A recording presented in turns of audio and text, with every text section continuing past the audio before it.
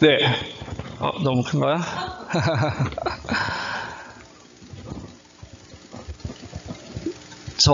제가 오늘 드리는 말씀이 여러분의 기도가 많이 필요합니다. 저를 위해서뿐만 아니라 제가 혹시 진짜 실수로나마 여러분이 들으시기에 불편하거나 좀 듣기 안 좋은 말씀을 들을 수도 있기 때문에 먼저 양해를 구하고 기도를 많이 드려주십사 해서 말씀을 드립니다. 그래서 다시 시작하기 전에 다시 기도 드리고 말씀을 시작하겠습니다. 하늘에 계신 하나님, 저에게 독생자이신 예수님이 보내주셔서 저의 중보자로 그렇게 활동하시는 그 은혜를 감사드립니다. 저희가 그 예수님의 보혈에 관해서 더욱더 열심히 공부하려고 하오니 이 시간에 성령의 은혜로서 저희에게 깨달음을 주시고, 그리고 비록 제가 말을 하지만 성령님의 감화로 이 모든 말씀들이 제대로 하나님의 뜻대로 이해가 될 수 있도록 도와주시옵소서. 이 모든 말씀 예수님의 성으로 기도드립니다. 아멘. 사실 많은 개신교회에서는 예수님께서는 모든 일을 십자가에서 마치셨다고 얘기를 하고 있습니다. 그리고 만약에 그것에 대한 의문을 조금이라도 제기한다면 그것을 굉장히 이해하기 힘든 것으로 생각을 합니다. 예수님께서 하신 이 일은 십자가에서 완전히 모두 마치었는데 왜 예수님이 일을 제대로 안 하신 것처럼 그런 식으로 얘기하냐고 개신교회에서는 많이 그렇게 생각하실 것입니다. 그렇지만 예수님께서 하신 일을 좀 더 정확하게 알아보기 위해서는 구약 말씀으로 가봐야 됩니다. 그리고 구약 말씀에 가보아야 될 이유는 그렇지만 신약에서 찾을 수가 있습니다. 그래서 제가 좀 새로운 번역을 가지고 왔는데요. 히브리서 8장 4절 반쯤에서부터 5절을 읽겠습니다. Korean Living Bible이라고 좀 새로운 번역인데요. 세상에는 율법을 따라 예물을 바치는 제사장들이 있기 때문입니다. 이들이 섬기는 성전은 하늘에 있는 성전의 모형과 그림자입니다. 모세가 성막을 세우려 할 때에도 그는 하나님에게서 너는 모든 것을 산에서 너에게 보여준 양식대로 만들어라는 지시를 받았습니다. 모세가 이 땅에서 지은 성전은 어떤 데의 모형으로 만들어진 것인가요? 어떤 성소에 대한 모형으로 만들어진 것일까요? 하늘 성소의 본을 따서 만들어진 것입니다. 그렇다면은 이 지구에 있는 이 지상 성소는 진짜일까요? 가짜일까요? 가짜이기라고 하기보다는 모형이지 진짜 그 자체가 아니라는 것입니다.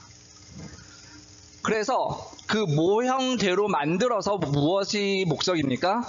그 진짜 것을 조금 더 이해할 수 있게 만들어주기 위해서. 그래서 있는 것이 바로 지상성소입니다. 지상성소는 진짜 그 자체는 아니지만 그 자체에 대한 교훈과 가르침을 위해서 있는 것이 바로 지상성소입니다. 그래서 10장 1절에 나아가서 율법은 앞으로 올 좋은 일의 그림자에 불과하며 실제 그 자체가 아닙니다라고 이 번역을 했습니다. 그러니까 실제 그 자체는 아니지만 실제 그 자체를 가르쳐 주기 위해 있던 것이 바로 이 지상성소라고 볼 수 있습니다. 그래서 다시 7장으로 돌아가면은 이렇게 하여 예수님은 더 좋은 계약의 보증이 되셨습니다.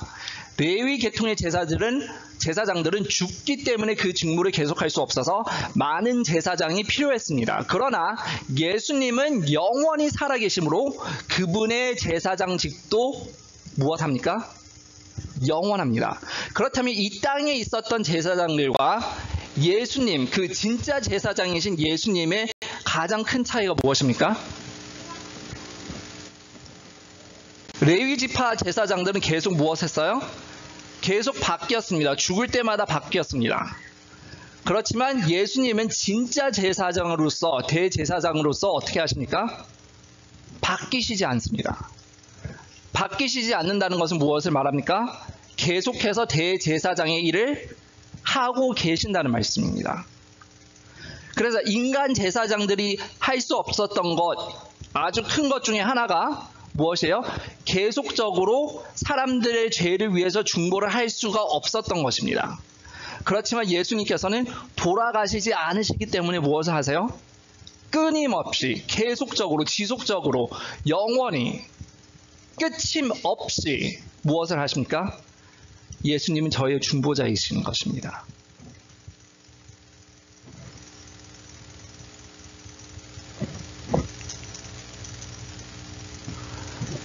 예수님이 중보자 역할을 하시는 것은 굉장히 중요한 일이고, 예수님이 십자가에서 하시는 일의 그 후의 중요한 일입니다. 그래서 제가 어렸을 때 어머니가 앤드루스 대학의 그 합창단에 계셨는데, 그 합창단이 파리며 유럽 여기저기 전체를 돌아다니면서 순회 공연을 했습니다. 그래서 거기서 책들을 많이 사가지고 보내주셨어요. 가지고 와주셨어요. 그래서 파리에 대한 책도 많이 보고, 루브르 박물관에 대한 책들을 많이 보고, 이런 것들을 많이 보다가 보니까 그 내셔널 지오그래픽이라는 그 세계 전체에 많은 그런 주변에 있는 그런 명소들을 가지고 다루는 그 잡지를 제가 어렸을 때부터 좋아하게 되고 많이 보게 되었습니다. 보통 한 중학생, 초등학교 중학생 이런 애가 그런 잡지를 많이 본다는 것은 굉장히 희귀하고 이상한 일인데요. 저는 그랬습니다. 좀 너무 공부만 하고 좀 그런 스타일이어서 보통 애들이 비디오 게임하고 놀 때 저는 내셔널 지오그래픽 그 잡지를 보고 있었습니다. 그래서 제가 그때가 한 초등학교 말부터 중학교 때 그때 시기였는데, 그것을 계속해서 열심히 보았고 고등학교 때까지 계속 그렇게 했었는데, 제가 유럽을 처음 갈 수 있었던 것은 제가 대학교 가서 난 다음이었습니다. 그리고 제가 이제 대학교 3학년쯤 돼가지고 스페인인 저희 교회 대학에서 유학을 하면서 겨울 방학 때 유럽 전체 여행을 갈 수 있는 기회가 생겼습니다. 그래서 제일 처음 간 곳이 어딜까요? 스페인 삼육대학에서 조금만 가면은 큰 기차역이 있는데, 그 기차역에서부터 파리로 가는 직행 열차를 타고 갔습니다. 밤새도록 갔습니다. 그래서 파리에서 내리자마자 제가 간 곳이 어딜까요? 바로 다름 아닌 에펠탑이었습니다. 그래서 에펠탑에 만약 제가 도착을 했는데, 에펠탑의 앞에 가보면은 제가 그 사진으로 보던 에펠탑하고 진짜 보는 에펠탑이 혹시 모양이 좀 틀릴까요? 여기서는 이렇게 쭉 사진으로 보면 이렇게 쭉 되어 있는데, 직접 가보면 저렇지 않나요? 동그란가요? 네, 똑같아요. 그렇죠? 그래서 제가 보고는 에펠탑 바로 앞에까지 가서 보고는, 내가 지금 수년 동안 본 사진하고 그냥 똑같이 생겼네 하고는 제가 호스텔로 다시 돌아갔다고 생각해 봅시다. 지금 수년 동안이나 고대하고 기다리면서 파리를 갔는데, 에펠탑 바로 앞에 가서 그냥 한번 보고 돌아갔다고 생각해 보세요. 얼마나 안타깝고 아쉬우실까요? 다행히도 저는 그렇게 하지 않고 에펠탑에 그 엘리베이터가 있습니다. 에펠탑에 그 엘리베이터를 타고 끝까지 올라가서 그 꼭대기에 가면은 이렇게 그냥 유리창 없이 그 파리의 야경을 이렇게 내려다 볼 수 있습니다. 그래서 그 바람이 얼굴에 이렇게 해서 그 바람을 느끼면서 그 파리의 야경도 보고, 그렇게 해야지 무엇을 했다고 할 수 있습니까? 파리의 에펠탑을 제대로 관광하고 구경했다고 할 수 있을 것입니다. 그러니까 예수님께서 이때까지 열심히 모든 일을 하시고, 그리고 십자가에서 돌아가셨고, 그렇지만 십자가에서 돌아가신 후로는 아무 일도 안 했다고 하는 것은 마치 제가 파리까지 가서 수년 동안 열심히 에펠탑을 공부하고 나서 앞에서만 보고 뒤돌아서서 올라가지 않는 것이나 똑같은 것입니다. 그러니까 무엇을 할 때에는 끝까지 무엇이 성취가 되어야 되는데 예수님이 우리를 위해서 십자가에 돌아가시기만 하고 지금 중보자의 역할로 대제사장직을 안 맡고 계신다고 생각하는 것은 너무나도 안타깝고 아쉬운 것입니다. 예수님이 모든 것을 다 끝냈다고 말씀을 분명히 하셨습니까? 십자가에서 뭐라고 말씀을 하셨죠? 그래서 그게 약간 한국말로 번역된 거하고 영어로 번역된 거를 보면 약간 차이가 있는 것이, 영어로는 분명히 It is finished라고 하셨습니다. 그렇기 때문에 무엇입니까? 복수입니까? 단수입니까? 단수입니다. 그렇기 때문에 예수님께서 십자가에서 끝을 내신 것은 바로 무엇입니까? 십자가에서 하실 일을 끝내신 것입니다. 그래서 예수님께서 무엇을 어떻게 하셨는지를 제대로 이해를 하기 위해서는 저희가 히브리서에서 나오신 말씀대로 성소를 공부를 해야 됩니다. 그래서 성소에 이 지상 성소에 들어가서 제일 처음에 들어가면은 저기 제일 처음에 있는 것이 무엇이죠?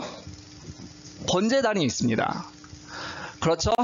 그래서 제일 처음에 만나는 것이 번제단이고, 그 다음에 성소가 있고, 안으로 들어가면 성소가 있고, 그리고 그 다음에 또 무엇이 있습니까? 지성소가 있습니다. 그래서 이 성소의 이 바깥의 뜰과 또 성소와 또 지성소, 여기에서 이루어지는 일들이 다 따로 있습니다. 그래서 다시 번제단으로 가보겠습니다. 번제단에서 이 번제단 오른쪽으로 보면은 지금 제사장이 흰색 옷을 입고 지금 무릎 꿇고 있는 사람이 무엇을 하고 있습니까? 양 위에서 무엇을 하고 있습니까? 양 위에, 머리 위에 손을 얹고 무엇을 하고 있습니까? 회개를 하고 있습니다. 그것이 무엇을 상징합니까?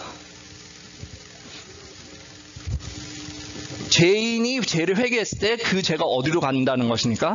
양에게로 전달된다는 것입니다. 그래서 죄가 다 옮겨져 간 후 양에게는 무슨 일이 일어납니까?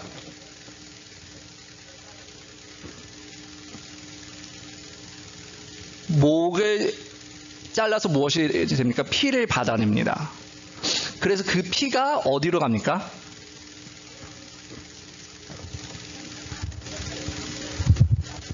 아직도 지금 바깥에 있다고 생각을 합시다.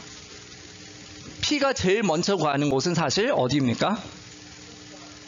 번제단에 잘 보시면은 내 모퉁이에 무엇이 있습니까? 뿔들이 있습니다. 그래서 피가 사실 제일 먼저 가는 곳은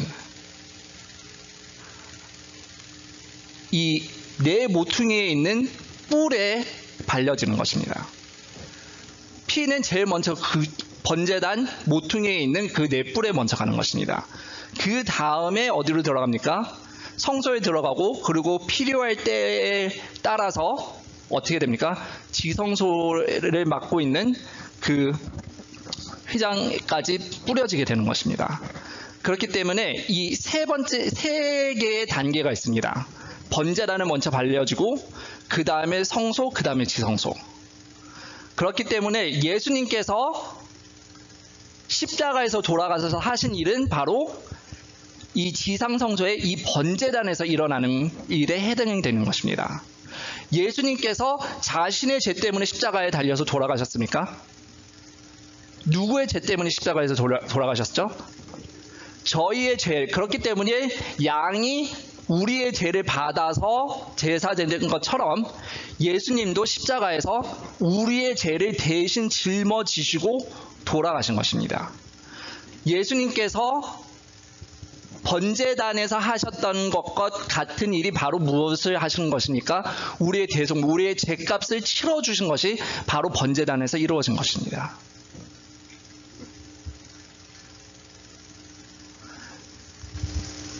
그래서 이 번제단이라는 단어, 히브리어로 특별히 이 번제단이라는 단어는 위로 올려지다라는 뜻입니다. 그래서 오늘 나온 말씀처럼 요한복음 12장에서 예수님께서 무엇이라고 말씀을 하셨죠? 또 내가 땅에서 들리우면 모든 사람을 내게로 이끌어 오리라. 그래서 이 번제단을 잘 보십시오. 피가 이 내 모퉁이에 발려진다고 내 모퉁이에 있는 뿔에 발려진다고 생각을 해보십시오. 이 번제단을 위로 이렇게 올리면은 바로 뭐예요? 십자가에서 예수님께서 내 십자가 내 모퉁이에서 무엇을 하고 계셨습니까? 피를 흘리고 계셨습니다. 번제단이 딱 그 모습이에요. 번제단은 누워있는 십자가예요. 진짜 십자가인 예수님께서는 들리우셔서 그 일을 제대로 하신 것입니다. 우리가 보통 활동을 할 때 누워있을 때 활동을 많이 합니까? 아니면 일어났을 때 활동을 많이 합니까? 일어났을 때입니다. 그렇기 때문에 이 지상 성소에 있는 이 번제단은 누워져 있는, 아직 완벽하지 않은, 아직 제대로 되지 않는 잠재력만 갖고 있는 번제단이고, 예수님께서 들리우셔서 하셨던 그 무엇이에요? 그 십자가에서 하신 일이 제대로 된 우리의 죄의 삭을 치러주신 일이 되는 것입니다. 구약시대에 그래서 유대인들은 죄의 사함을 받았습니까?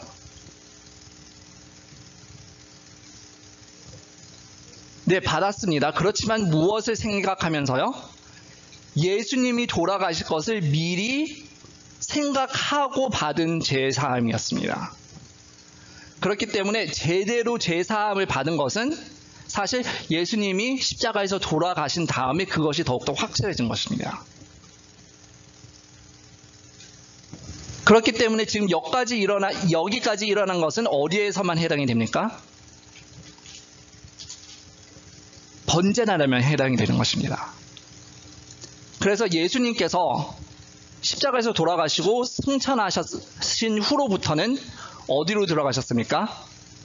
예수님께서는 성소로 들어가셨습니다. 그래서 성소에서 계속 우리의 중보를 하고 계십니다. 우리가 기도를 드릴 때 제일 처음에 하나님의 이름으로 시작해서 누구의 이름으로 기도를 마칩니까? 예수님의 이름으로 기도를 마칩니다. 여러분이 생각하셔야 될 것, 특별히 재림교인이셨고 혹시 그 전에 다른 개신교인이 아니셨고 지금 계속 평생 나는 재림교인이었다고 하는 분들은 더욱더 생각하셔야 되는 것이, 사실 우리가 예수님의 이름으로 마치고 하나님의 이름으로 기도를 시작하지만 중간에는 꼭 무엇을 해야 돼요? 성령님을 거론을 해야 됩니다. 재림교회에서 사실 잘 안 하고 있는 것이 바로 그것이에요. 제가 플러신학교에서 한국어로 조직신학 수업을 가르쳤었습니다. 그때 한 장로교 목사님이 제 수업을 들으셨는데, 그분이 옛날에 젊으셨을 때 룸메이트가 재림교인이라고 그러셨어요. 그래서 같이 가끔씩 기도도 드리고 하셨는데, 너무 자기가 희한하다고 생각했던 게, 이 재림교인 분은 맨날 하나님하고 예수님하고 성령은 거의 언급을 하지 않으시더래요. 그래서 재림교인으로서 조금 부족하다고 생각되는 것이, 우리가 진짜 하나님 또 성령, 예수님 이 세 분들의 다 중요하심과 그분들의 각각의 하시는 모든 그런 역할들을 제대로 매일의 생활에서는 제대로 실천에 옮기지 않고 있다고 생각이 듭니다. 역사적인 면으로 그런 이유가 사실 있기는 하는데요. 그것은 오늘 다루지는 않겠고요. 기도를 드릴 때 우리는 항상 무엇을 해야 됩니까? 예수님께서 이 세상을 떠나시면서 누구를 약속해 주셨습니까?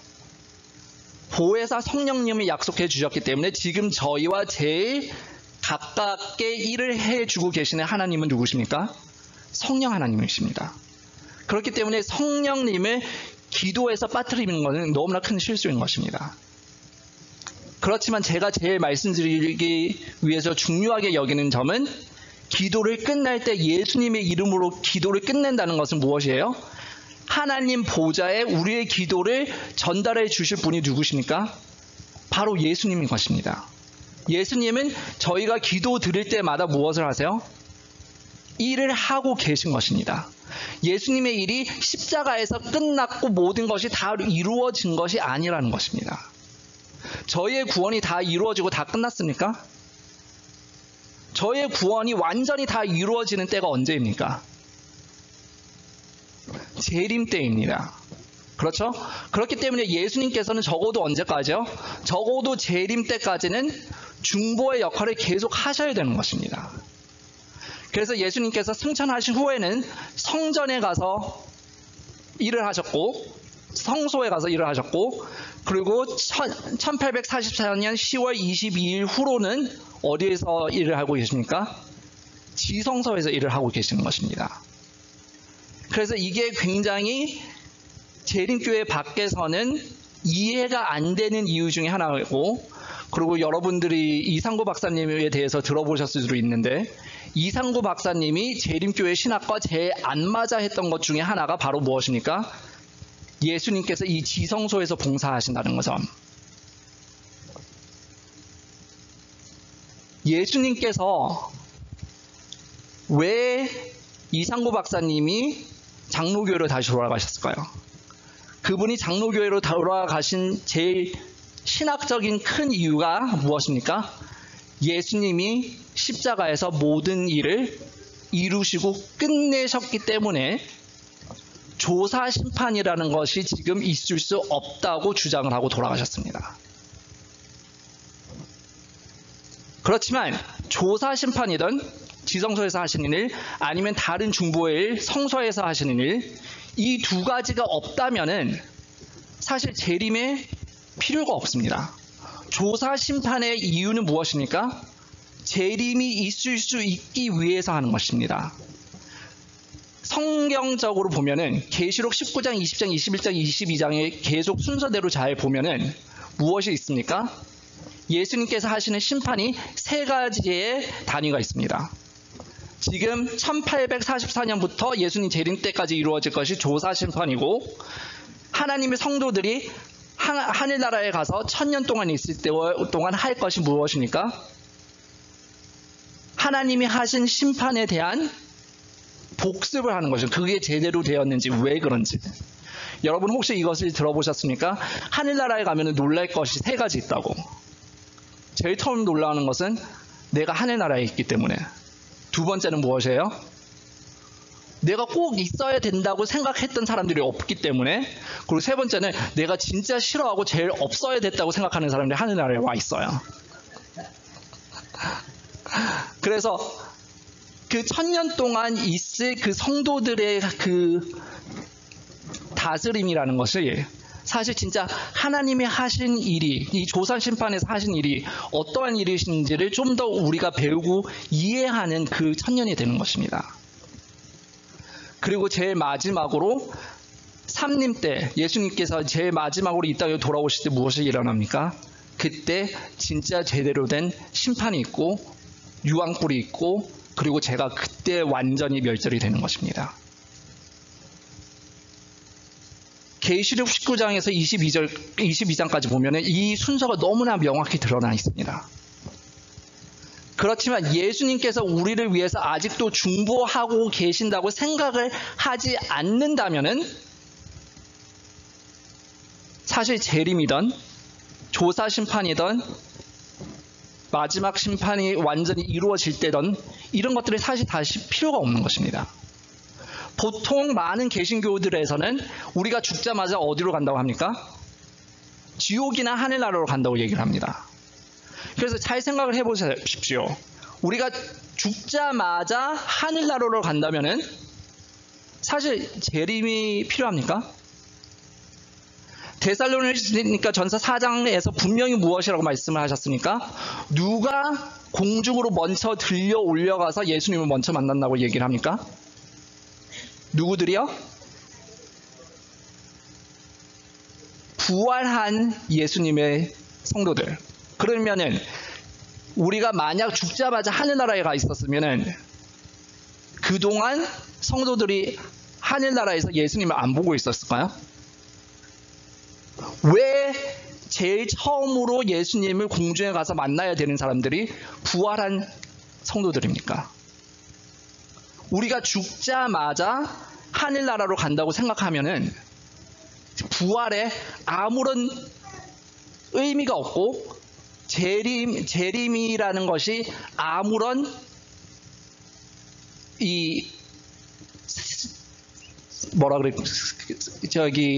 이론적으로 이해가 되지 않는 것입니다. 왜 하늘나라에 있던 사람들이 다시 돌아와가지고 몸과 결합해가지고 다시 부활해가지고 그리고 벌써 예수님 그 오랜 세월 동안 예수님 보고 있었던 사람들이 먼저 예수님을 만납니까? 예수님의 재림이 진짜 아무런 이해가 되지 않게 하는 것이 바로 영혼불멸설입니다. 근데 여러분들이 영혼불멸설은 뭐 그런 거겠지 하셨지만 영혼불멸설을 믿는 것하고 예수님의 모든 일이 끝났다고 하는 것이 두 가지가 사실 연관이 있습니다.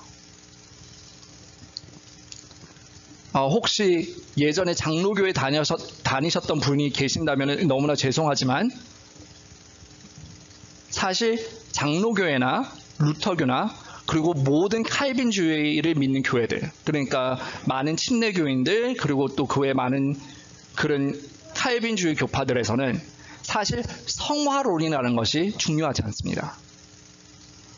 왜 침례교회든 장로교회든 칼빈주의나 또 루터교회, 그래서 루터를 따르는 교회들에는 왜 성화론이 중요하지 않을까요?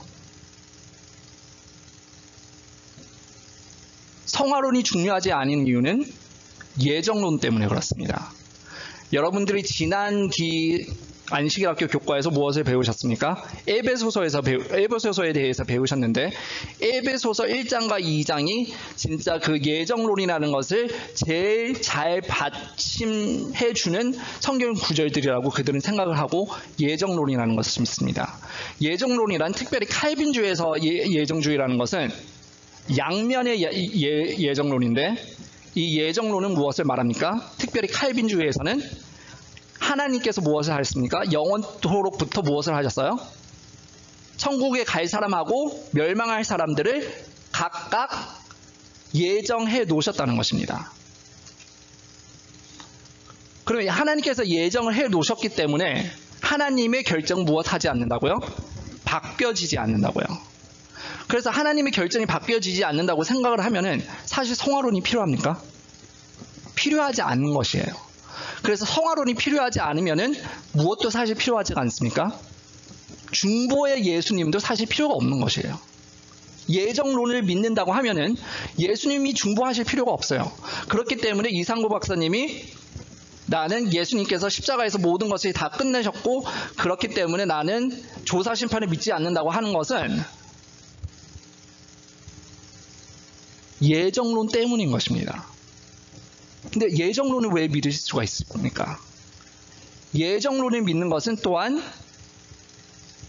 예수님의 중보에 예수님이 믿지 않는 것과 연관이 되어 있는 이유는 하나님께서 하시는 일은 인간이 하는 그 세계에서 이루어지는 것이 아니라고 생각을 합니다. 그래서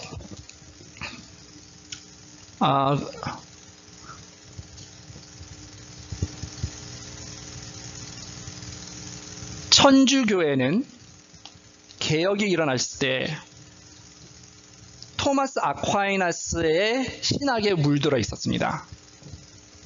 그래서 개혁자들, 특별히 루터와 칼빈이 하려고 했었던 것은 사실 천주교회를 개혁해서 다른 교회를 만들려고 한 것이 아니라 지금 토마스 아퀴나스의 그 아퀴나스의 신학을 따르고 있는 천주교회를 예전에 어거스틴이 신학을 믿고 있었던 천주교회로 돌려놓으려고 한 것입니다. 그래서 신기한 것은 토마스 아퀴나스는 신학을 아리스토텔레스의 철학으로 신학을 했고 어거스틴은 플라톤의 철학을 가지고 신학을 했습니다. 플라톤은 아리스토텔레스의 선생이었고 그렇기 때문에 둘 다 이원론을 가르쳤습니다. 그렇기 때문에 이원론은 이 물질적인 세계가 있고 그리고 영적인 세계가 있습니다. 모든 것을 다 설명드리지는 않겠지만 특별히 이 물질적인 세상에 있는 시간은 제한이 있고 한정이 되어 있습니다. 그렇지만 이 영적인 세계의 시간은 무엇합니까? 제한이 없습니다. 그렇다면은 이 물질적인 세계가 더 좋은 것일까요? 아니면 영적인 세계가 더 좋은 것일까요? 영적인 세계가 더 좋은 것이에요. 그러면 하나님을 믿는다면 하나님은 이 물질적인 세상에 존재를 하셔야 될까요? 아니면 이는 영적인 세상에 존재를 하셔야 될까요? 영적인 세상에 존재를 하셔야 됩니다. 그렇기 때문에 하나님께서 하시는 모든 일은 영원에서 이루어지는 것이지 시간에서 이루어지는 것이 아니라고 얘기를 하고 있습니다. 그렇기 때문에 천주교회든 개신교회든 보통 다 이해를 하는 것이 하나님께서는 저 영원이라는 그 시간 안에 계시고 인간들은 어떤 시간 안에 있어요? 이 물질적인 세계의 시간 안에 있는 것입니다. 이렇게 되면은 하나님이 인간의 이 일에 개입을 하시려고 하면은 항상 무슨 일이 일어나야 됩니까? 영원을 뚫고 하나님이 시간으로 들어오셔야 돼요. 그렇기 때문에 하나님이 어떻게 해야 되세요? 하나님이 훨씬 더 저희에게서 분리되어 계세요. 항상 함께 하시고 임재되어 계시는 하나님이 아니시라 우리하고는 떨어져 계시는 하나님이 필요하실 때마다 가끔씩 들어오셔서 뚫고 들어오셔서 필요한 것을 하시는 것입니다. 그래서 천주교이든 개신교이든 다 이런 개념 안에 있습니다. 그래서 예수님께서 십자가에서 돌아가셨을 때 예수님께서 우리의 죄의 싹시 되어주신 그 일은 물질적인 시간, 세상의 시간에서 이루어졌습니까? 아니면은 영원에서 이루어졌습니까?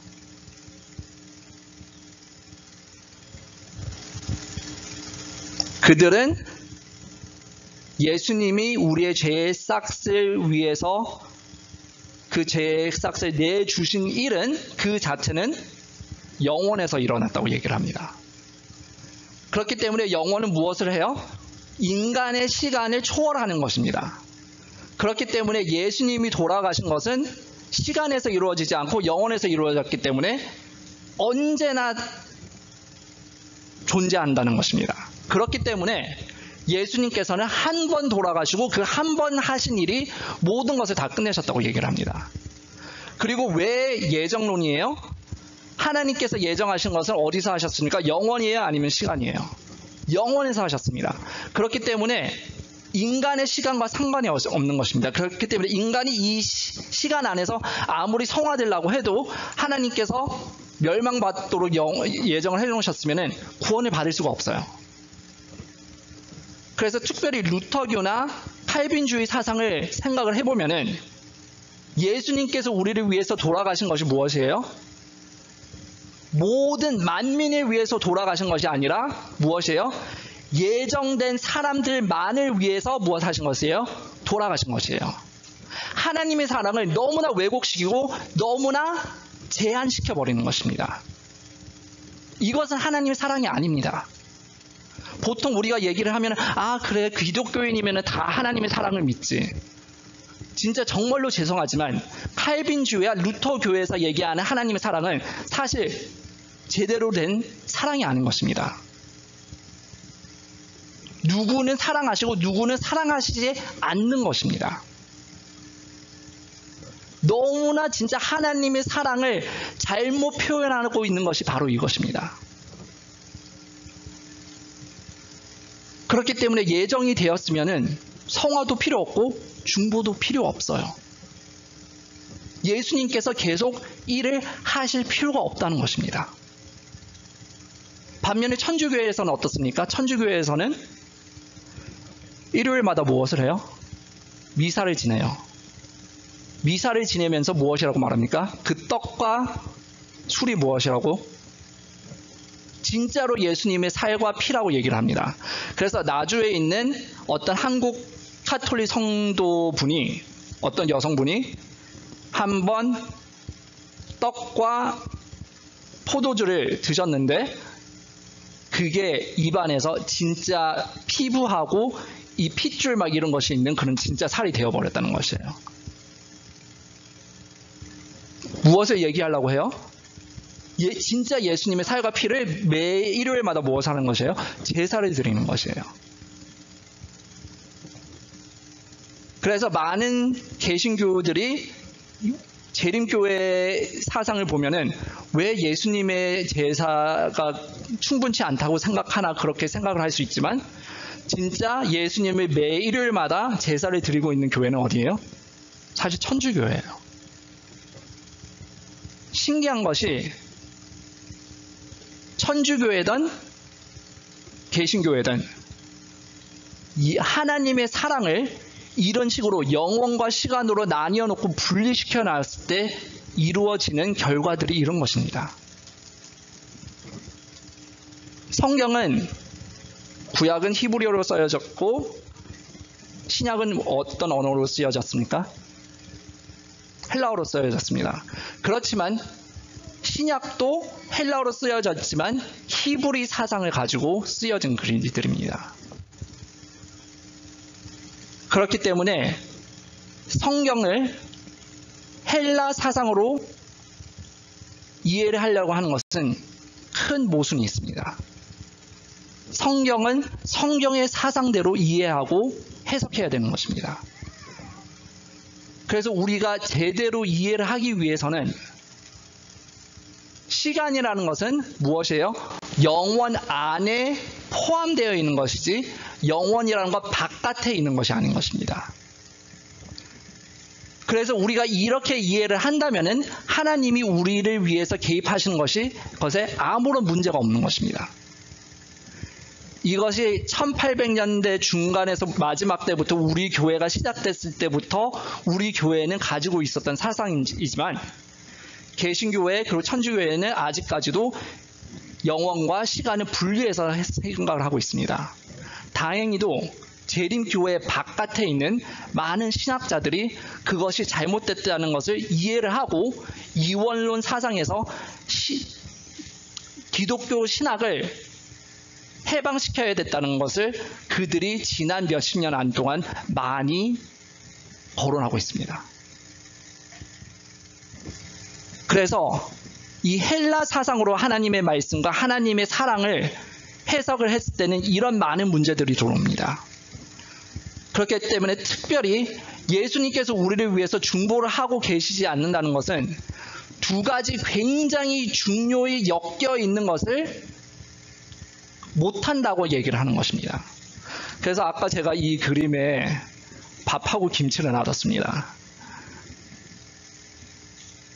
둘 중에 하나만 먹으면 맛있습니까? 아니면 둘 다 같이 먹어야지 맛있습니까?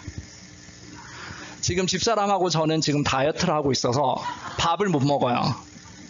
그래서 먹으려면 김치 조금 먹을 수 있을 것 같아요. 그럼 김치만 먹어야 돼요. 한국 사람한테는 밥과 김치가 있다면은 어쩌면 미국 사람들에게는 빵과 버터가 있을 수 있다고 생각을 합니다. 빵만 구워가지고 저렇게 건조하고 딱딱하게 해놓고는 바다 없이 먹으면 맛이 없어요. 바다를 발라야지만 맛있어요. 요즘 더 건강식해서 올리브 오일을 묻혀서 먹는다고 해도 두 가지 같이 있어야지 제일 조화가 잘 되는 것들이 있습니다. 예수님이 하신 일도 예수님께서 죄의 싹만 내주시고 그 죄의 싹을 우리에게 중보를 통해서 주시지 않는다면 아무런 소용이 없는 것이에요. 우리가 예수님이 피를 아무리 흘리셨다고 해도 그 피로 우리가 직접 적심을 받아서 우리의 죄사함이 없는 한 아무런 소용이 없는 것입니다.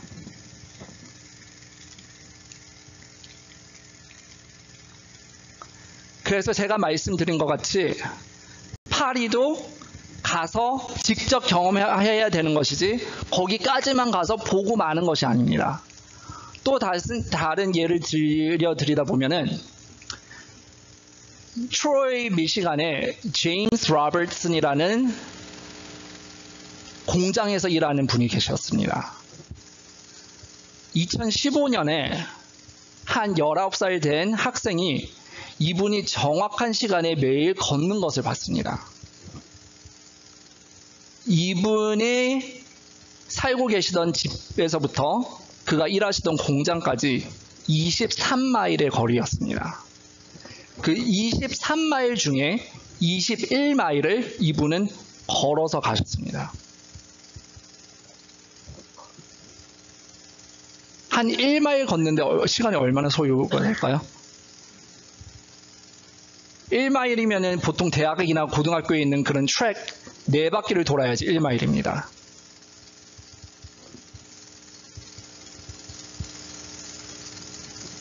그래서 21마일을 매일 그렇게 한 번 가는 것. 그래서 왕복으로는 42마일을 매일 걸으셔야 됐습니다.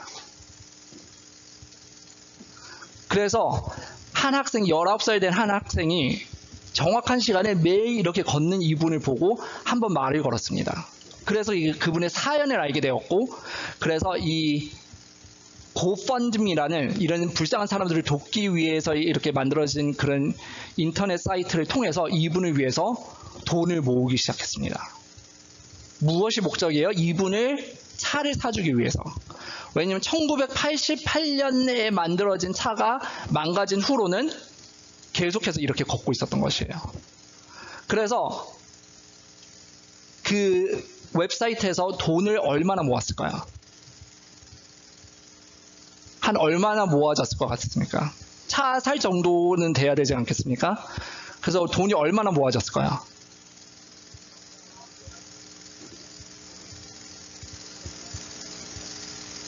$35만 이상이 모아졌습니다.